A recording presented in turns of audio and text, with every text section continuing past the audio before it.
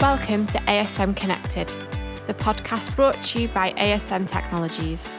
In Series 3, we sit down with business leaders and futurists from across the globe to discuss what emerging tech means to them, how technology impacts workplace culture, and their advice to businesses on how to stay one step ahead of the competition. In this episode, Iain Tomkinson chats to Jim Hancock.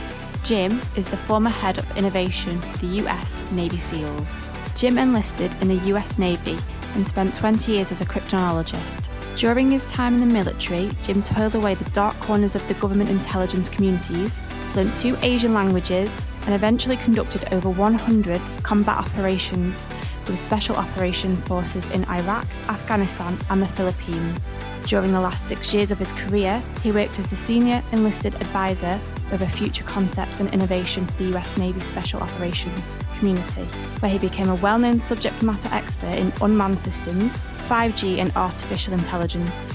Jim is now an author, recently releasing his book, The Hawk Enigma, which is a fictional techno-thriller. Fans of Tom Clancy and Michael Crichton's novels will love his fast-paced style with lots of tech and adventure. Welcome to the show, Jim. Thanks for joining us. It's great to be here. Thanks for having me. Yeah, all good with you. And in sunny California, I believe? Yeah, San Diego. Not so sunny here at the moment, but it's very dark here. And but yeah, it's the back end of our day. But thanks for taking the time out to join us. And I suppose for our listeners, I'll just talk through what we're trying to cover today. We've got a leaning to, I suppose, emerging technologies, innovation, the view on how emerging technology is changing in the battlefield, and how technologies such as AI and 5G are delivering a strategic advantage, I suppose, to the military and security forces, I suppose, globally. A little bit of background, we as a business do quite a lot of different technologies for both enterprise, governments, and some of that does end up in the hands of the Ministry of Defence here in the UK. Interestingly, most of the time we'll never know where it's appearing, how it's appearing, but there are some amazing technologies out there that we're seeing coming to fruition, and some amazing projects. So today we're going to cover off a number of different areas. Jim's going to talk us through some of the questions that I've got lined up from today. But my first question, and particularly for us non-military guys out there, is can you explain for the audience what a Navy cryptologist does, please? Sure. So a cryptologist specializes in the exploitation and manipulation of communications. So if you have a device or something that can communicate in some way, think of a cryptologist as the person that is in between those two communications. And that can involve anything from foreign language translation to understanding how the signal works, encoding and decoding information, as well as computer networks. So it's a lot. There's several different flavors of cryptologists inside the military, but that in general is what a cryptologist does. Anything involving cryptanalysis, cryptography. So that would be, is that a land-based, or are you on ships, or is that a mix? Yes. So all of the above. So you use cryptologists are unique in the fact that this is actually why I joined the Navy in this job, is because I had the opportunity to either be in subsurface, on a sub, on a ship, flying in an aircraft, or fighting on the ground. You could do any one of them in that particular field. And it's only branch of service that allowed you to do all those things. And I suppose that role is kind of quite key in terms of that intelligence and driving the decisions that are made on the ground effectively, or ship or boat as such. Yeah, no, it's a critical need, of course, because think of something that doesn't use a radio wave, right? Everything uses radio waves. And so you have to understand that environment in a way that gives you an advantage in the battlefield, right? Wow. Okay. And I guess from obviously from I suppose the little bits of information you pick up in the media and speaking to people, that I suppose intelligence is probably the biggest part of probably modern day warfare these days, isn't it? And it's information, disinformation as well, from my understanding, which I suppose technology is going to play a huge part in. Yeah. No. So everything about the battlefield is about who can gather the most information and able to understand the information that they've gathered. Okay. And so anything that allows you to enhance that ability is critical. So obviously, just in your early days, I suppose you learn a couple of different languages. With that to sort of help with your career, and or was that just a personal interest? So no, I originally joined. So I knew Japanese before I joined the military. And then when I got in the military, I joined specifically as a linguist, not understanding that linguists in the Navy are also cryptologists. They have to wear both hats. And so I ended up learning Korean and spent the beginning part of my career as a Korean analyst, working in that mission area until I swapped over to the special operations community and spent the bulk of my career after that in that area. Wow. But so linguists, because of the fact that linguists, they specialize in the foreign language translation, but they still have to understand how the communications take place, the infrastructure associated with it, where those communications come from. And then from there, I became significantly more interested in the cryptology side than I was in the foreign language aspect. So the foreign languages became something that I always had in my back pocket, but it wasn't my primary skill set from then on. Right, okay. So what got you into, I suppose, technology as a whole? I've always just been kind of a nerd, I guess, is one way of putting it. I've always kind of loved chasing down how things work and why they work that way. But I think I also really enjoyed the military. And when I got in and I realized that I could get access to stuff that was cutting edge, it really excited my imagination and creativity in it. But the best part was it was an avenue in which I could pursue those and get paid for it at the same time. And that's not a liberty a lot of people have. Now, my friend always joked with me. He's like, dude, everything you do is about finding access to something and have somebody pay you to do something you were going to do anyway. I'm like, well, yeah, that's basically what my time in the military was, is doing something I was going to do no matter what, just now I'm getting a paycheck for it. Right? Yeah, it does help if you can get paid for it as well, and enjoy it, of course, as well. Yeah. Correct me if I'm wrong. You were kind of head of innovation for the U.S. Navy SEALs, which and Special Forces community, which is pretty impressive and very cool from where I'm sitting. How engaged is the military with new technologies and disruptive vendors, and I suppose that whole emerging tech piece? Yeah. So there is not a lack of appetite in any way on the military side for new technologies. They're constantly seeking out unique ways in which the commercial industry is solving problems. The problem is never the appetite. It's always the process by which the government and the military acquire those technologies. It's a very elaborate process that is called JCIDS, the Joint Capabilities Integration Development System, especially on the American side. And that system dictates how, from a legal standpoint, all of that takes place, because you're using congressionally appropriated money to go after these things, and they have to be validated, and there's timelines put in place. You can't just go out and buy something you like. And that is a drawback, because it also, you have to look at how it is ingested into the ecosystem. And that is a very complicated aspect. You can't just say, I like this software, I'm going to put it on my computer. There's all those IT issues, in addition to the fact that how does it impact things that you've already done? Is it a duplicative capability? Do we already have something that does it similarly? Can we just enhance what we already have? And that complicates things. And it also complicates the way that the warfighter understands what they have access to. And so it's like, to answer your main question, no, yes, there is absolutely a huge appetite for it. It's just that other end that makes it hard. Yeah, that process sometimes, even in an enterprise organization, can be quite challenging, bringing new technologies in. And I guess when it's in I suppose, a secure environment, that can be quite challenging. And I suppose there's probably quite a bit of frustration from the technology providers, the vendors who are creating that technology and want to bring that space of the process that they have to go through, which could be quite a low value transaction effectively, but potentially could deliver huge value to the military. Yeah, absolutely. And it's a complicated process for sure. To be more specific, that JCIDS process was put in place during the Cold War by the Secretary of Defense McNamara. And he did so for a couple of reasons. One, everyone was very concerned with the ethical application of congressionally appropriated funding, of course, because they don't want to mismanage taxpayer money.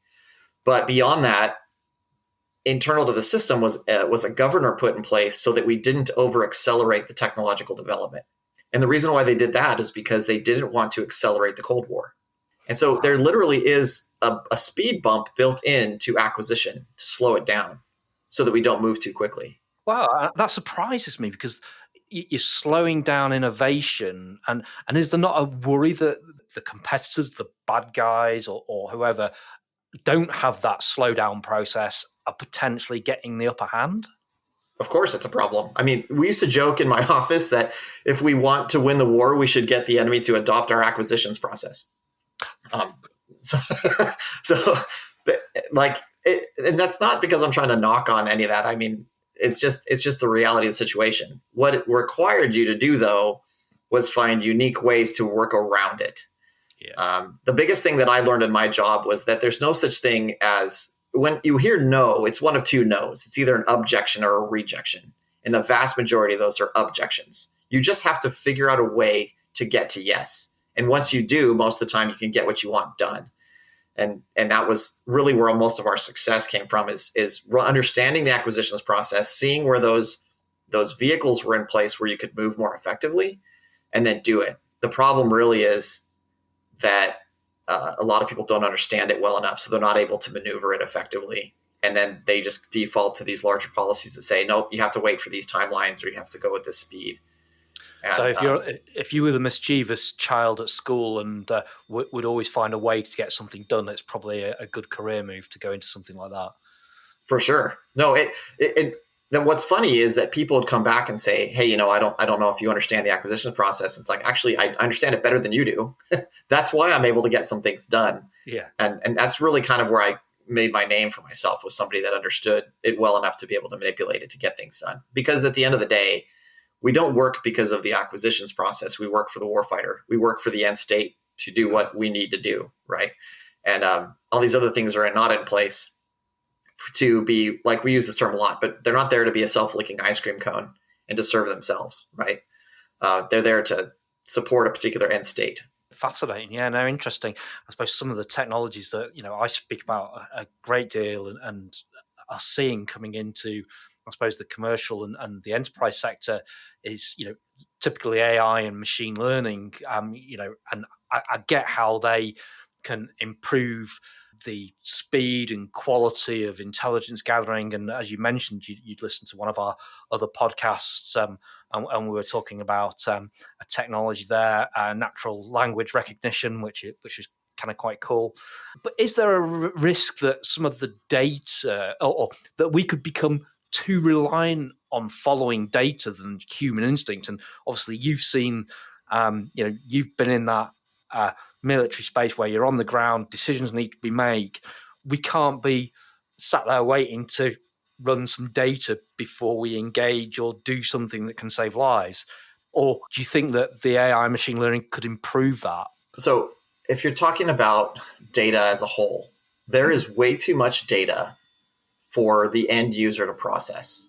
Okay. And so I'll caveat that. So with that, I'll say two things. One, anytime you're integrating artificial intelligence at the initial baseline, it's because you're trying to either automate a process to make it easier for yourself, or you're trying to aggregate information in a way that you weren't considering before to cue you into identifying either outliers or anomalous behavior that is consistent with something that you're actually looking for. And so because of the fact that there's so much data and we're trying to process it, AI, at the end of the day, when it comes to autonomous, whether you're talking about an autonomous robotic system or you're talking about an analyst sitting in a computer processing a whole bunch of tabular data, they want to do two things. They want to mitigate risk, and they want to decrease the cognitive load of the end user. And right now, the data problem is that you'll have certain people in certain situations, let's say an operator, getting consumed with information. And they're and when I say that, you think that they'd be consuming information, but it's because they're enveloped by, there's so much information being dumped on them. They need a way to process and curate it in a way that makes sense in the battlefield.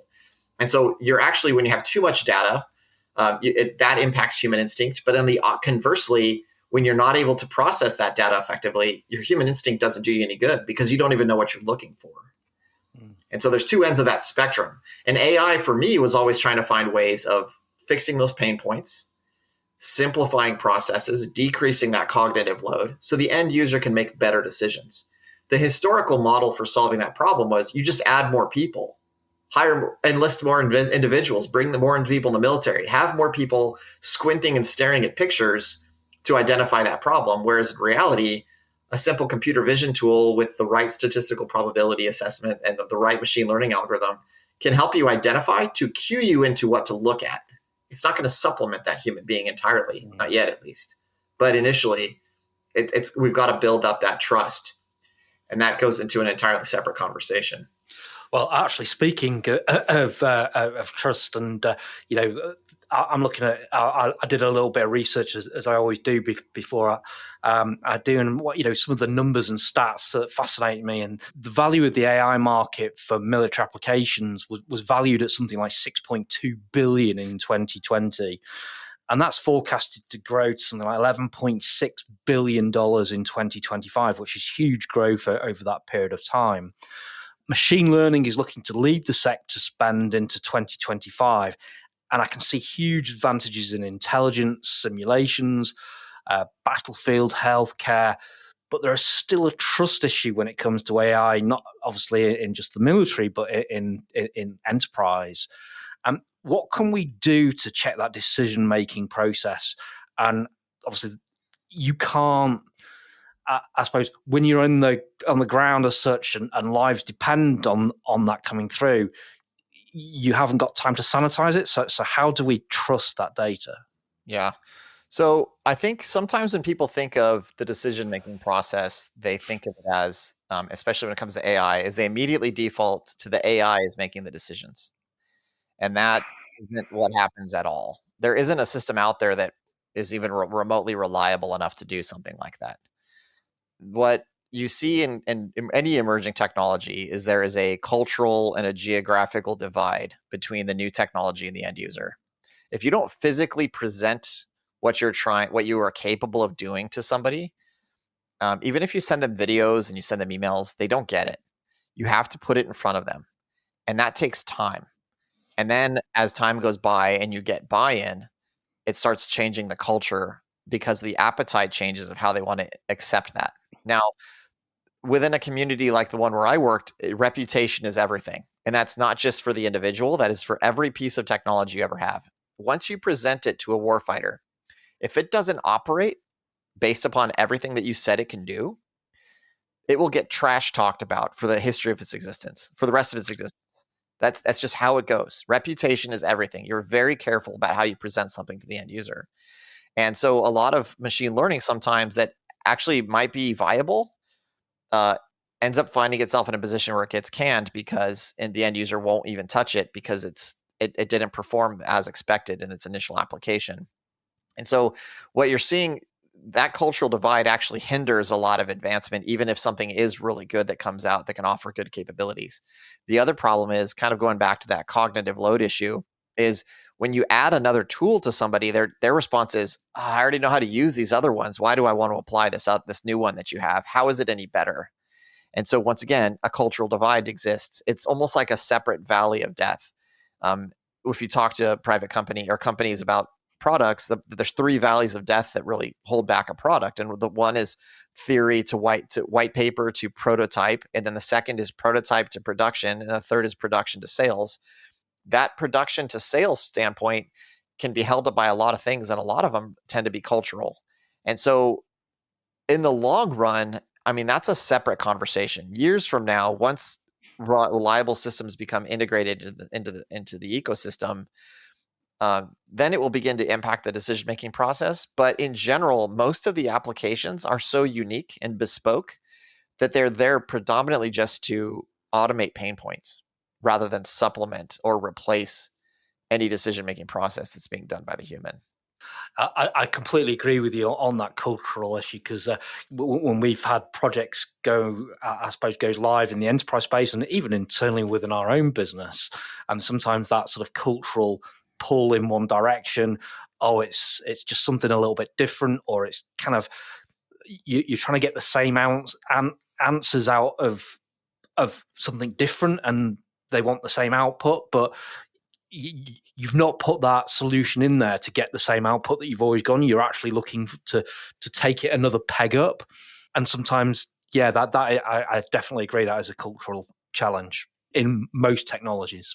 Yeah, for sure. I suppose, and again, technologies used in military and I suppose sometimes even in space applications flow through to corporate and then domestic use cases. We've seen, I think from the early space missions, Teflon was a great example, and coating to make things a lot smoother. What technology would you bet on to appear in the corporate space that you've seen potentially in the military environment? So that's a tough one because the examples you gave were a lot of them were material science-based solutions. And historically, prior to about the 21st century, the bulk of the development on the government side was focusing on material sciences. And those applications nowadays have become more and more unique just to the military. So if you think about things like stealth technology or something comparable to anything, a nuclear weapon-based capability, those aren't things that the commercial sector uses very much. And surprisingly, it's the opposite right now. It's less about technologies that the government is using, that the military is using that are going to get pushed out to industry. It's more, how are we able to take commercial things and bring them back into the military ecosystem? And that was surprising me when I got into my job, because I was like, there's got to be some really cool stuff out there. And I went around, I found some really interesting orphan projects that were hiding within certain national laboratories. But you look at it and you're like, that has no viable commercial product capability right now. So I want to say that there's some really cool things that I've seen go one direction, but they are still commercial technologies. My favorite thing that has come out, though, to answer that specific question, it's not being employed in the military yet, but because the technology is not advanced enough, but is made by a company called Mojo Vision, and they make augmented reality contact lenses.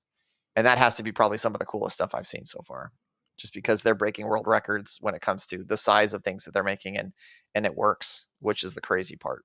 Yeah, and there's, I suppose, we've spoken to a number of people and some of the technologies around AR, VR, XR, and I suppose, again, coming into military, that there's a great use case there for that training and that simulation experience, healthcare as well.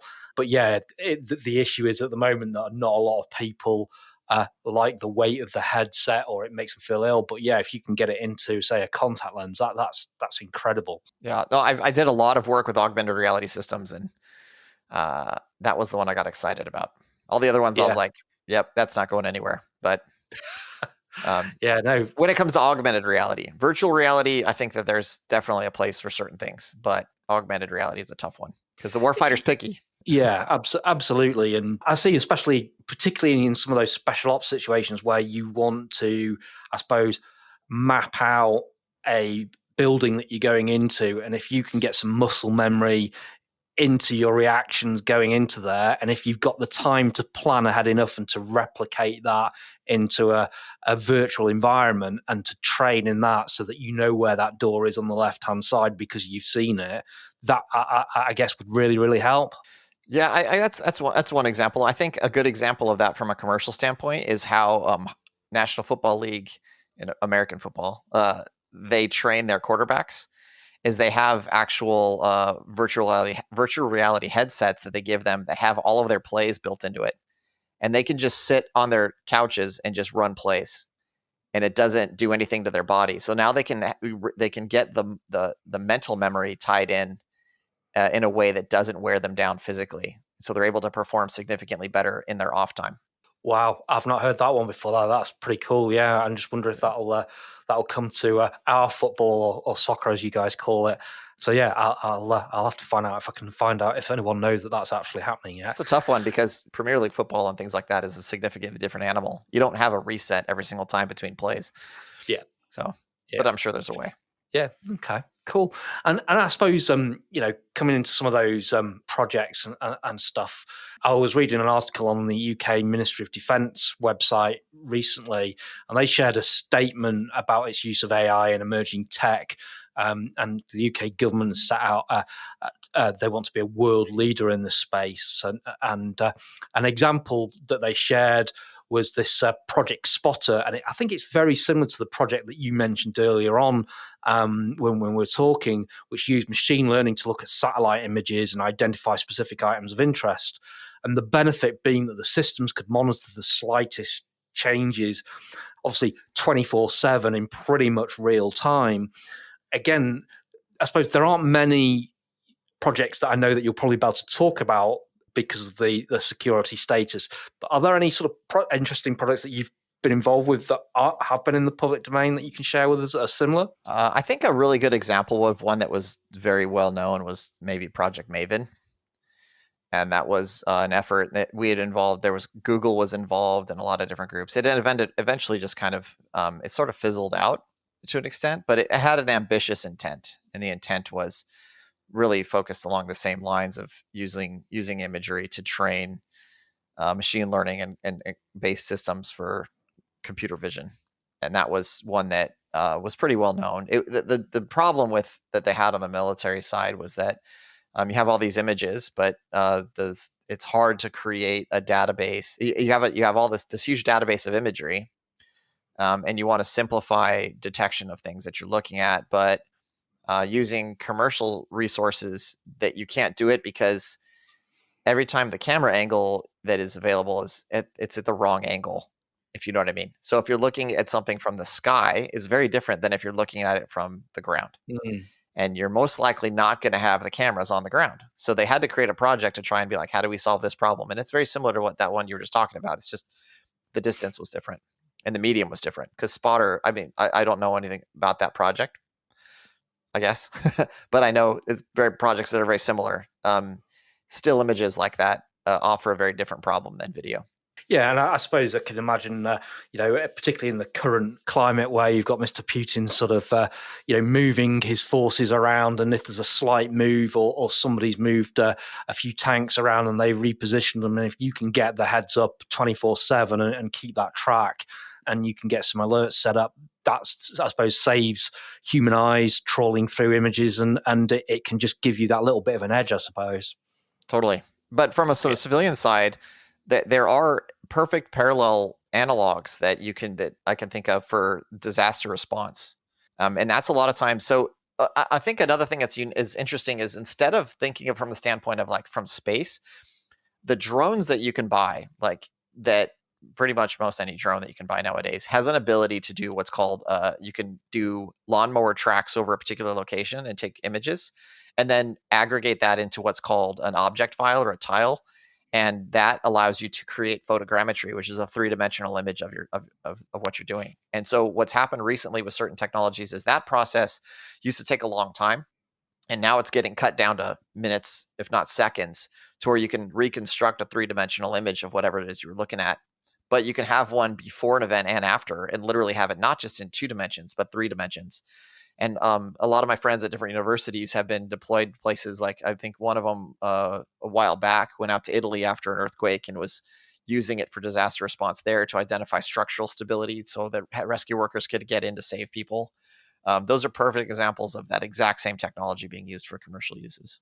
Yeah, and that's great. If I've spoken to a lot of people, and we talk a lot about tech for good. And I think if you can use technology to speed up recovery, that's fantastic use of technology. And particularly, drones are, I wouldn't say they're cheap, but they are relatively coming down in price all the time. So you can get a decent drone that's got 4K camera for $1,000 now. So yeah, it is cheap technology, effectively. Yeah, compared to what it used to be. Yeah, used to be a U2, Yeah, absolutely. In terms of, I know some other areas that you've been working in is around 5G as well, and that's one of your sort of expertise areas. And I know, I can understand that 5G offers the ability to scale military bases quickly and easily, as well as connecting to IoT devices. And I suppose, what are the benefits of 5G in those kind of environments compared to, I suppose, traditional Wi-Fi and cabled networks? Yeah. So one thing about 5G that I think that first I want to kind of point out is 5G in its essence is just 4G on a different band. Yeah. It's just you've got a wider band that allows you to put in more data. You're going from 20 megs to 100 megs. And that 100 megs allows you to just jam a whole bunch more information on it. But from an IoT network standpoint, a Wi-Fi network standpoint, you're able to control who has access to it much more effectively. You're able to adapt to environments that you're in, to optimize and deconflict against other types of noise. So if other types of systems are in the environment, you can manipulate parameters so that you don't commit what's called a fratricide. So you're not killing the other types of radio communications that are in the area by putting too much noise on a certain part of the spectrum. Wi-Fi in particular is so prolific that you're susceptible to noise and it decreases your range dramatically. Whereas with 5G, you're able to use parts of the spectrum that normally aren't being used for other reasons. You can get better range. You can share larger amounts of data, and that in and of itself is probably one of the biggest benefits. Another part about it when it comes to IoT specifically is built within the 5G protocol, starting at, I think the third generation partnership project is an IEEE organization that manages the 5G protocol and all cellular protocols. And starting with like release 15, they're on 18 now. They started integrating protocol requirements for how to manage unmanned systems as well as IoT devices inside of 5G to optimize performance. And they did that so that the things like drone deliveries could take place inside of cellular infrastructure more effectively by decreasing latency. Their goal on that, I think the minimum standard is a 50 millisecond latency delay, which is minimal. It's actually as low as a first-person video drone racing league drone. And they're trying to aim for that on 5G. And now if you have that kind of speed and the lack of latency on a network for a forward operating base, you're going to have the same benefits that you would have in a forward any infrastructure back home.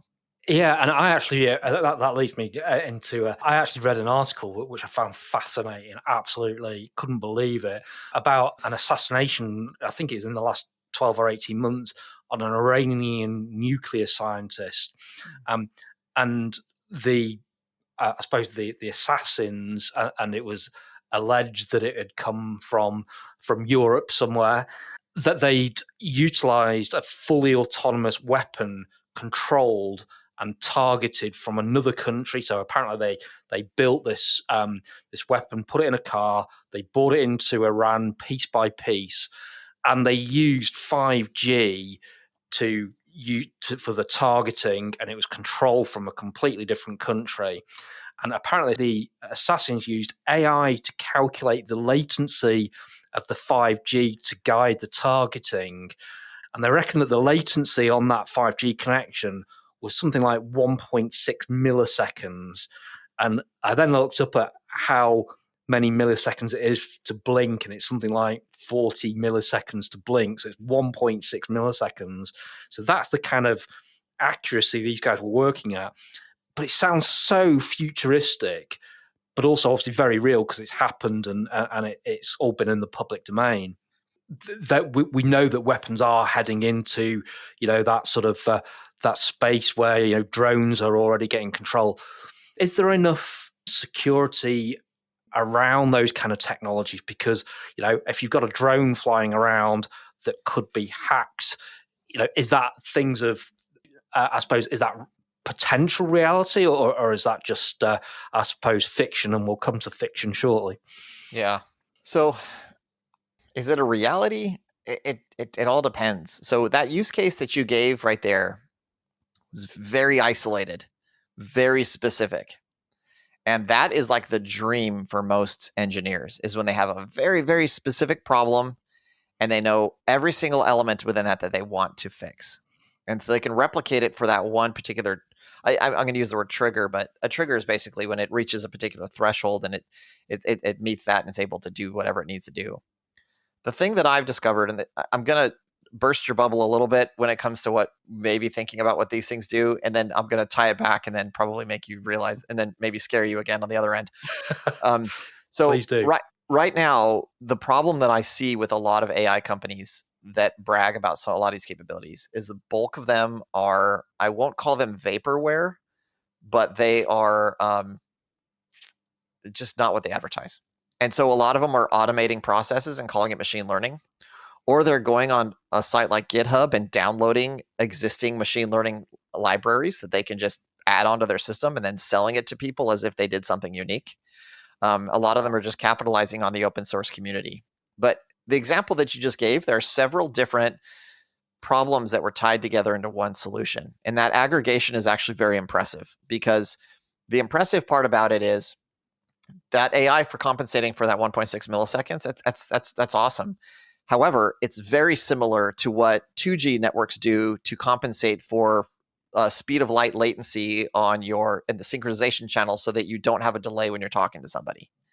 It's effectively the same thing at a much faster capability, right? So we've already had that. That's a 40-year-old technology. Wow. The theories are even older. It's just the applications now are becoming more effective is what is the difference. I was kind of surprised. A lot of the algorithms that are used for things like autonomous drone flight were written in the 50s, especially when it comes to like visual inertial odometry. And I was just looking it up the other day because of a project I was working on with some of my friends. And the theories are old. It's just the application has changed. And so each one of these abstraction layers that are inside of these problems, whether it be the computer vision, whether it be the natural language processing for voice, whether it be the simultaneous localization and mapping protocols for the drone to make decisions for itself and fly, each one of those is a separate abstraction layer right now that are all being developed independently. And all of them have their own problems. And when you combine them and you stack them together, you create contingencies that make the system brittle and they break more easily. And so we as humans, we have basically the same kind of thing built into our DNA and basically the synapses of our brains that evolved over millions of years in evolution. The same thing is happening there. It's just happening faster, but it's not happening at the speed at which people think it's happening. It'll get there, but right now, a lot of the applications that I'm seeing, like 6 years ago, I saw some stuff. I was like, that's amazing. And then I saw a vendor walk up to me shortly before I got out of the military. So as a caveat, I'm not in the military anymore, and I don't represent the military. They're just my opinions. They showed me stuff that I saw 6 years ago as if it was new. And they thought that I would look under the hood and it would be fine and I wouldn't know the difference. And then it got blown out of the water because it was just, they were useless. Right. And I think that's the big surprising thing to people is they're like, so we're there. This is happening. Like, no. And then, so in the news, for example, if you see something that's output, like you see some advanced technology that's employed, and you're like, that's incredible. You immediately assume it's proliferated and it's scaled. This is the valley of death again. You've just seen a prototype, most likely, and you've seen a baseline application of it. You haven't seen it got to the reliability of production, which a lot of them never quite get there. And then from production, it's never gotten to the point where it's scaled and gone to sales. And I've seen lots of cool demonstrations where something happened, but they could never reproduce it reliably enough to where it ever got in the hands of an end user. Fascinating. No, and to be fair, I do see technologies where people come along and say, even in the very simplest form of, looking at people working from home, lots of people come along with new technology and said, yeah, we can do this. And it's like, actually, no, people were doing that 5-10 years ago. We've had partners of ours that were working from home 15 years ago. It's not a new concept. It's and the technologies that have been out there for a long time, and people have tried to wrap those up, modernize them a little bit, put a new skin on the front. And yeah, you're quite right that it's just it is an old technology, which is quite fascinating. But I suppose apart from security, what are the main considerations that a tech vendor should take before putting a technology in front of a military organization? So when you're saying security, are you talking about their internal security or are you talking about national military security? Well, I suppose, there's, from my perspective, the first steps are, the vendor ideally needs some security cleared employees, which is always a big help to go and have those conversations. There's always, particularly if it's software or an app or even a piece of hardware, is it secure? Is it going to pose a risk to the business? And when you get over those topics, and you've got that all bolted down, what considerations would you lead with in terms of an approach? I would say, so that's what I thought you were going toward. You don't actually have to have your entire i3 infrastructure constantly pen tested and prepared and ready 100% before you ever show it to the military. I think it's really a matter of what avenue you're going to use to establish a relationship with the government. I think the best example in this particular setting is what an organization did called AFWorks has done. And I don't know if you've heard of them, but the AFWorks is an extension of the U.S. Air Force that uses small business innovation research grants to help small businesses innovate for the purpose of defense. And they have this opened about a few years back. there was this big push for everybody to do these quick innovation turn to solutions. And AFWorks decided, you know what, we're going to revolutionize? We're going to revolutionize contracting. We're going to make it easier to work with the government and easier to use this pot of money that we have that is designated specifically for the innovation of commercial technologies for defense use. They're grants. If they win the grant, they get the money and that's it. And so what AFWorks did is previously SBIRs sometimes would take like a year to get in place. They made it so they could get done in the fastest one they did was in 3 minutes.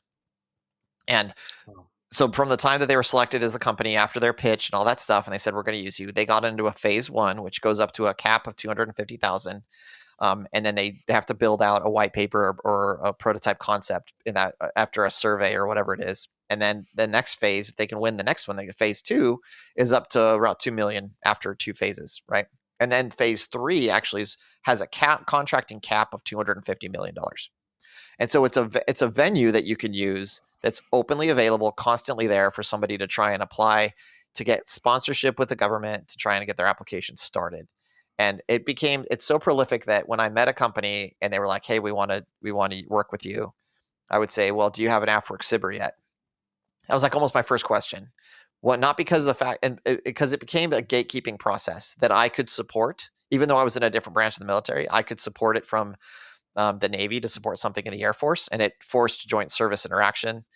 And so those kind of venues are great opportunities for small companies to come out, and I've seen companies as small as like 3 people win these contracts to start building it, and they can use it then as CRAD, commercial R&D, research and development dollars, as opposed to internal research and development dollars, like venture capital is normally how people do that, or seed funding. But you can use government money to get it going because the government wants this technology to move forward. Now, how it transitions in the long run is different. Interesting. Yeah, no, and I'm sure there's probably similar incentives in other parts of the world as well, because it is, they use the term the arms race, but sometimes it is becoming a technology race now, and not just an arms race. So yeah, no, that's fascinating. And I suppose, conscious of time, and one of the key things that I was quite fascinated about was that, you spent over 20 years in the military, and you've now come out of the military, and you've written a fictional book called The Hawk Enigma. Can you give me a little bit of a background on why you decided to go down that route? So with the writing, I didn't intend to write. It just sort of it happened because I got diagnosed with melanoma, and so I had a bit of cancer, and I had to get rid of it, and that kind of led to a bit of an existential, not crisis, but had me thinking about what would my legacy be, right? So.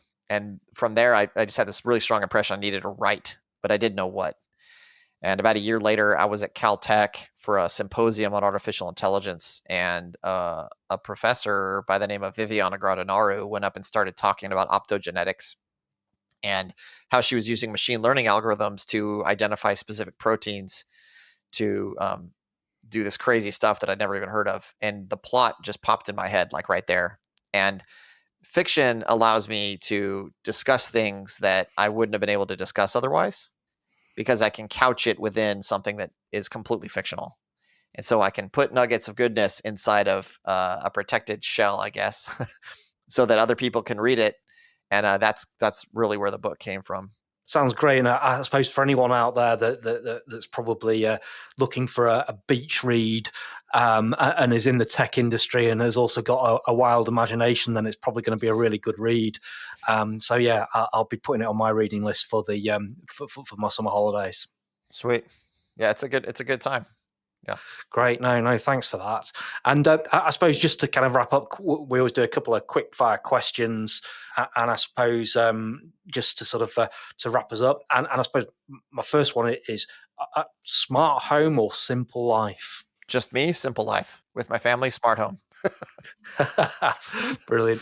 And lastly, what's your favorite tech gadget? Those little micro mini whoop drones. You can fly them FPV around your house, and my kids like to play King Kong, and I have them stand on a chair and I fly around them and they try to knock it down.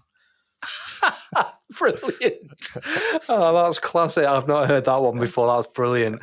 Great input. And thanks so much for your time today. Really interesting. Great to chat to you. I'm sure there's loads of different technologies and loads of different questions that I've got. and I'm sure we'll get quite a lot of feedback on this show. So thank you very much for taking the time to join us.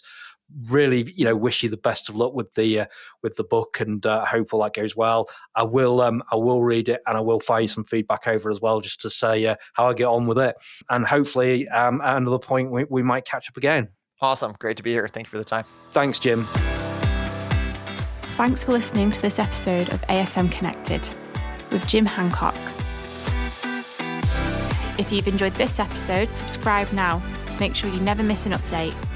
And check out other episodes in the series. To find out more about the team at ASM Technologies, visit asmtech.com.